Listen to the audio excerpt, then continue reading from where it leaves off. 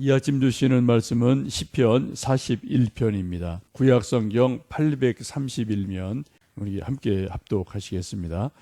가난한 자를 보살피는 자에게 복이 있으며 재앙의 날에 여호와께서 그를 건지시리로다. 여호와께서 그를 건지사 살게 하시리니 그가 이 세상에서 복을 받을 것이라. 주여 그를 그 원수들의 뜻에 맡기지 마소서. 여호와께서 그를 병상에서 붙드시고 그가 누워 있을 때마다 그의 병을 고쳐 주시나이다. 내가 말하기를 여호와여 내게 은혜를 베푸소서. 내가 주께 범죄하여 싸우니 나를 고치소서 하였나이다. 나의 원수가 내게 대하여 악담하기를 그가 어느 때에나 죽고 그의 이름이 언제나 없어질까 하며 나를 보러 와서는 거짓을 말하고 그의 중심에 악을 쌓았다가 나가서는 이를 널리 선포하오며 나를 미워하는 자가 다 하나같이 내게 대하여 수군거리고 나를 해하려고 꾀하며 이르기를 악한 병이 그에게 들었으니 이제 그가 눕고 다시 일어나지 못하리라 하오며 내가 신뢰하여 내 떡을 나눠 먹던 나의 가까운 친구도 나를 대적하여 그의 발꿈치를 들었나이다. 그러하오나 주 여호와여 내게 은혜를 베푸시고 나를 일으키사 내가 그들에게 보응하게 하소서. 이로써 내 원수가 나를 이기지 못하오니 주께서 나를 기뻐하시는 줄을 내가 알았나이다. 주께서 나를 온전한 중에 붙드시고 영원히 주 앞에서 세우시나이다. 이스라엘의 하나님 여호와를 영원부터 영원까지 송축할지로다. 아멘. 아멘. 예, 시편 41편은 다윗의 시편이고요. 이것은 1권의 마지막 시편이 됩니다. 그 성경 보시면 제 42편을 제 2권이라고 해서 성경을 이제 1권, 2권 이렇게 나누죠.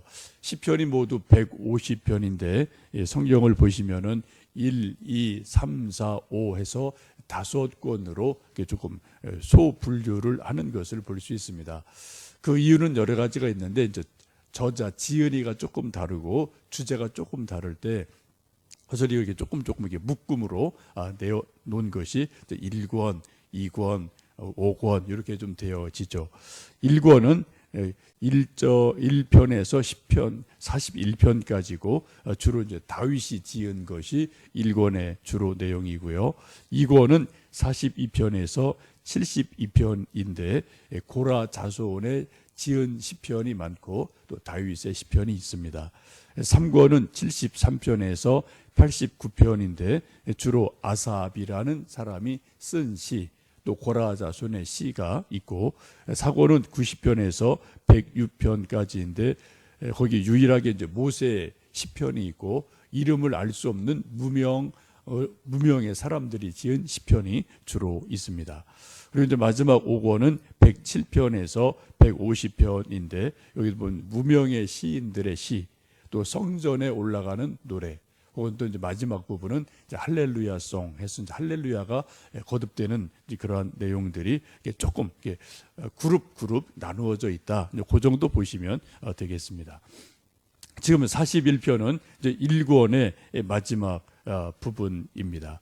주제는 다윗이 자기가 병들고 어려움을 당할 때 이제 부른 시편이죠.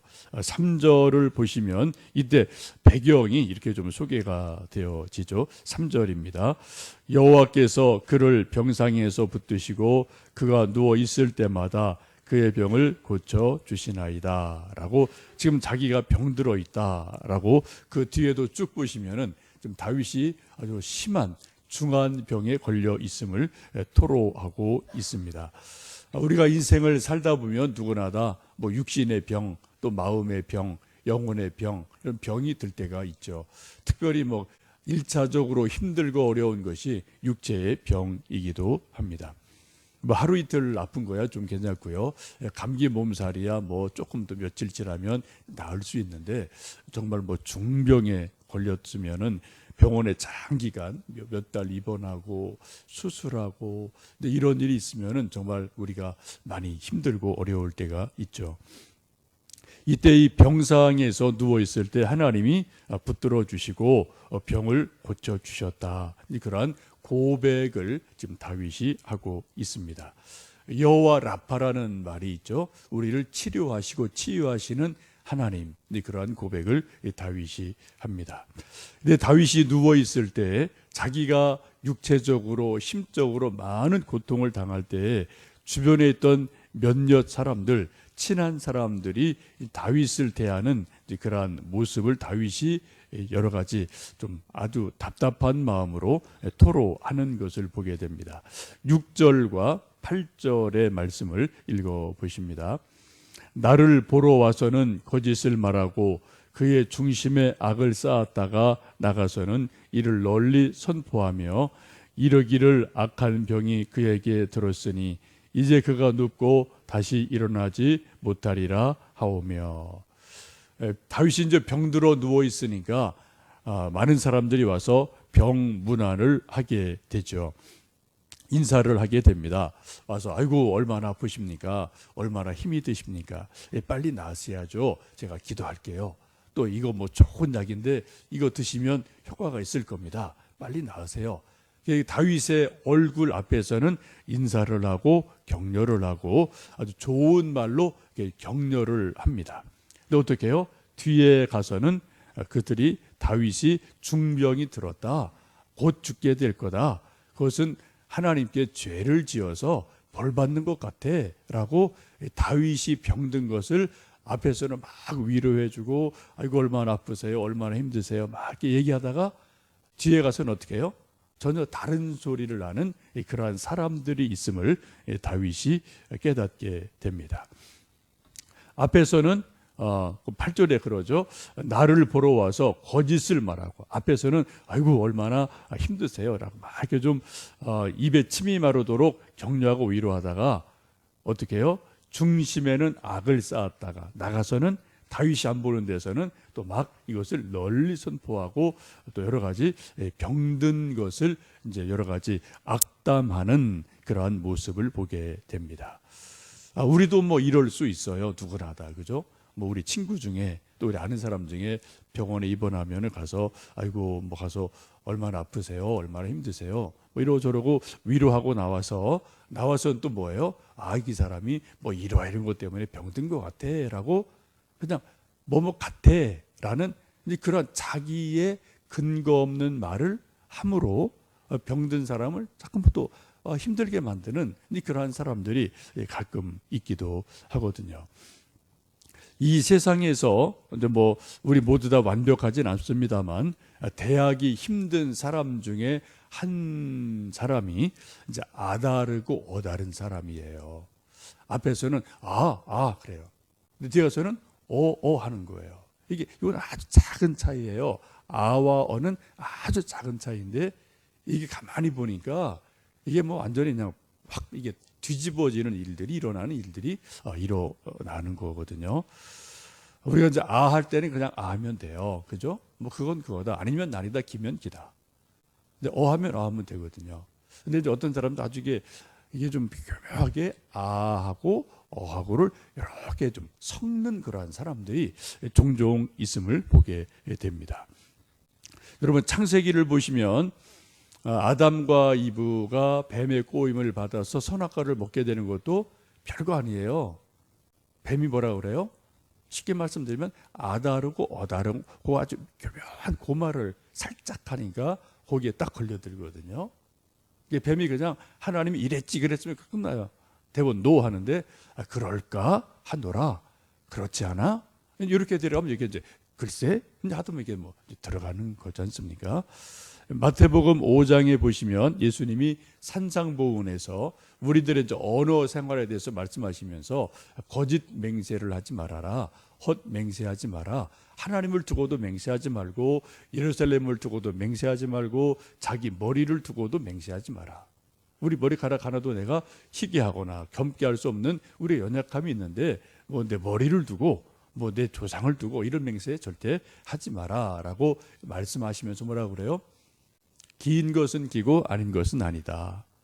옳은 것은 옳다, 아닌 것은 아니다. 딱 명백하게 해라라고 예수님도 말씀하시거든요. 중간에 그런가 봐 이렇게 하면 이게 좀 상당히 애매해지고요. 그것 때문에 또 많은 오해들이 생기는 것을 볼 수가 있습니다. 지금 다윗이 이제 그런 것을 당하고 있는 거예요. 병들어 누워 있는데 앞에서는 막 여러 가지 좋은 말하고 또 뒤에 가서는 또 막 이상한 말을 하는 그러한 모습을 지금 다윗이 들으면서 상당히 고통을 당하고 있습니다. 7절 말씀, 5절, 7절 말씀을 보시면 그 원수들이 그렇게 또 다윗에 대해서 계속 악담을 하는 것을 이제 좀 이야기를 듣죠. 5절입니다. 나의 원수가 내게 대하여 악담하기를 그가 어느 때나 죽고 그의 이름이 언제나 없어질까 하며 7절 나를 미워하는 자가 다 하나같이 내게 대하여 수군거리고 나를 해하려고 꾀하며 9절입니다. 내가 신뢰하여 내 떡을 먹던 나의 가까운 친구도 나를 대적하여 그의 발꿈치를 들었나이다 라고 지금 탄식을 하고 있죠. 그런 사람들이 악담을 하며 하는 말이 언제나 죽을까? 그 이름이 언제나 사라질까라고 이야기를 뒤에서 하게 됩니다. 7절에 미워하는 사람들이 하나같이 수군거리고 가서 뒤에 가서 다윗을 악담하는 것을 해하려고 악담하는 것을 보게 됩니다. 반대자들이 하나로 모였다고 그래요. 뒤에 가서는 참 이게 묘한 거죠. 앞에서는 그렇지 않은데 어떤 다윗을 반대하는 일에는 많은 사람이 의기투합을 해요.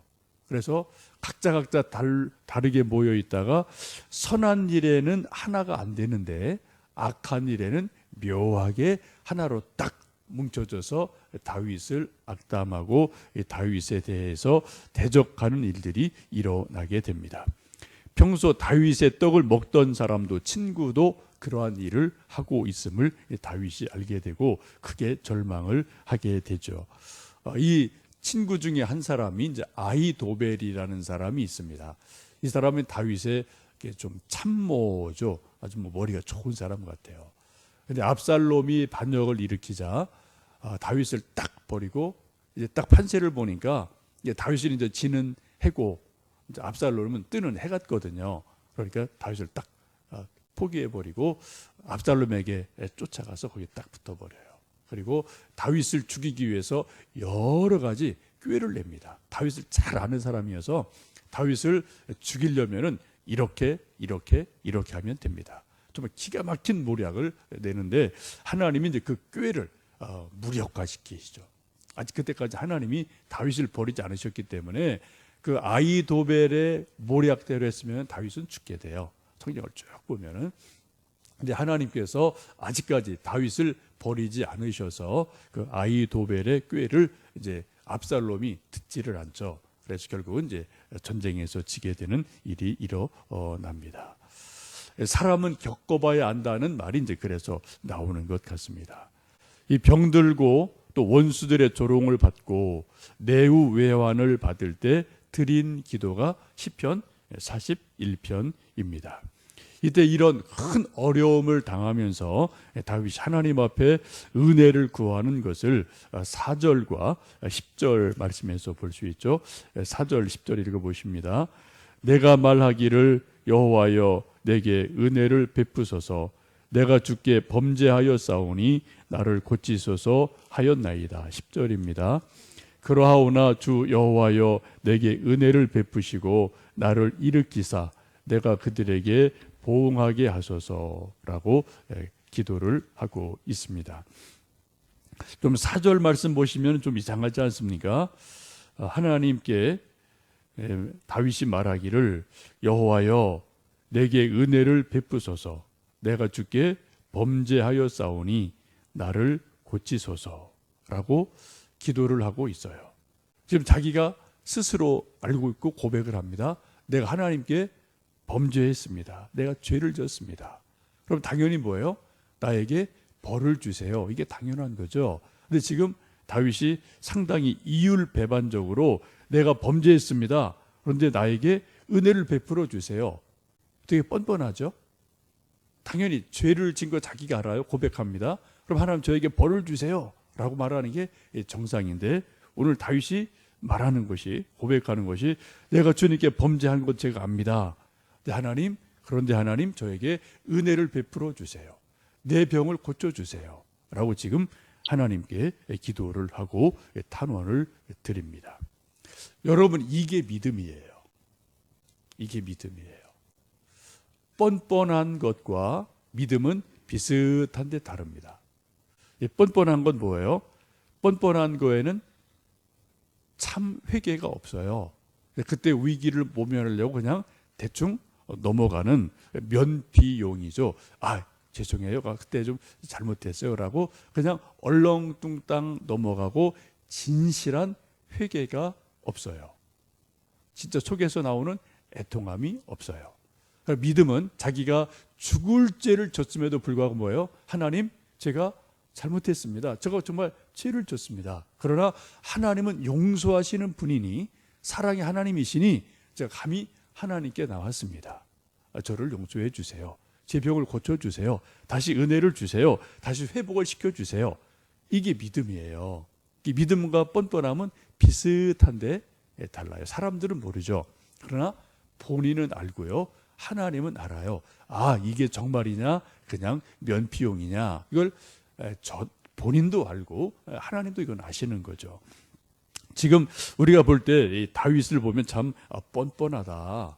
어떻게 그렇게 죄를 져놓고, 정말 보통 죄가 아니라 큰 죄를 져놓고 어떻게 하나님 앞에 하나님 용서해 주세요, 은혜 주세요, 살려주세요, 어떻게 그렇게 말할 수 있나 라고 우리가 생각할지 모르지만, 다윗은 하나님이 어떠한 분인지를 정확히 안 사람입니다. 하나님은 긍휼하신 분이다. 용서해 주시는 분이다.